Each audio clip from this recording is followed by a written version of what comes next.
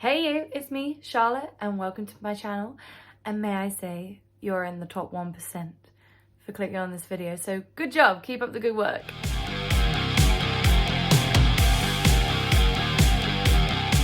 The internet went absolutely mad when on the 18th of January 2022, this year, the When We Were Young festival lineup had been announced. The amount of iconic emo pop punk bands that were on this lineup were absolutely insane, and a lot of people thought it was too good to be true.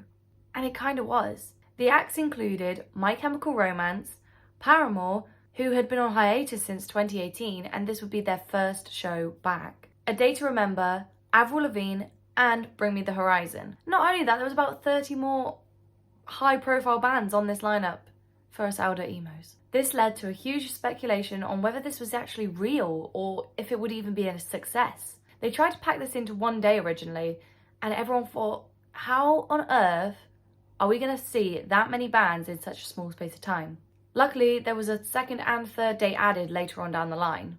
Some bands even took to Twitter when the poster was announced, saying that they didn't even know that they were on the lineup or that they were playing with this many bands. It was hosted by Live Nation, who famously also put on Astroworld in 2021, which was responsible for 10 deaths. Because of this connection, a lot of people were starting to think that maybe When We Were Young festival would have the same safety concerns as Astroworld. How safe would this event even be? The event was due to take place on the 21st of October 2022. However, this got extended for another 2 days, the 22nd and 23rd of October. But on the 11th of October, 10 days before the event was due to take place, they announced the lineup for the 2023 festival when this one hadn't even taken place yet. This made fans increasingly more suspicious. Who announces next year's festival before this one had even taken place? When We Were Young festival, I guess. So let's skip forward to the first day of the festival. Day one was cancelled. Tens of thousands of fans were queued up on the Saturday, waiting to get into the festival, buzzing, hyped. Of course they would be. Look at all the bands that were on the lineup. An email was sent at 10:30 a.m. stating that the festival was cancelled. This was due to dangerous 30 to 40 mile an hour sustained winds with potential 60 mile an hour gusts. They stated that it was unsafe for all attending, including the artists and the staff. While this did not get off to a good start, the organisers did offer a full refund for that day's event, but they weren't going to get the refund until a month after the event. Luckily for the fans, the bands did not think this was fair for everyone that had come out to see them. So some of them became heroes by putting on free events in the area to make up for the loss of that day. This went down really, really well with fans, and not all hope was lost.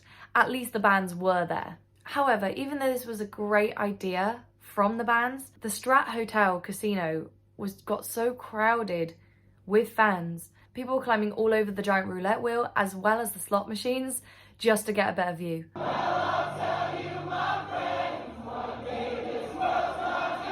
So police eventually came to shut down the hotel entrance for anyone who didn't already have a reservation to be there. Not all of the acts that decided to put on a show decided to do it for free though. Some were charging as much as $80 just to see them, even though they had already paid over $200 to see them in the first place. Kind of seemed like a bit of a kick in the teeth for the fans who had already come out and spent all that money already. In every single one of these events, each venue got to over capacity, which led to even more safety concerns, and it became very dangerous. Rolling on to the Sunday, fans got very worried that Sunday wouldn't even take place because of the events of the Saturday.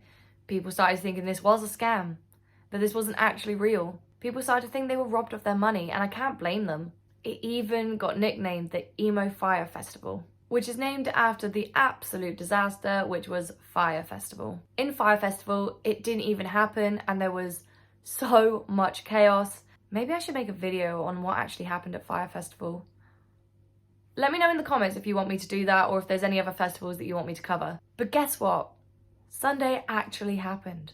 And it went surprisingly smoothly. The first set started at 11:45 a.m. and there were tens of thousands of fans ready, buzzing for their 12 hours of older emo music. Honestly, I'm so jealous. I really wanted to go. A lot of the bands chose to play more of their nostalgic older songs rather than playing any new songs, which went down amazingly with the fans. Some of the most unexpected surprises included Paramore singing All I Wanted, which is an extremely challenging song vocally, for the first time in their career live. And I gotta admit, it was one of my favourite songs growing up, and I would have given anything to go see that performed live. Avril Lavigne got All Time Low up on stage to perform Blink-182's All the Small Things, which is really kind of cool.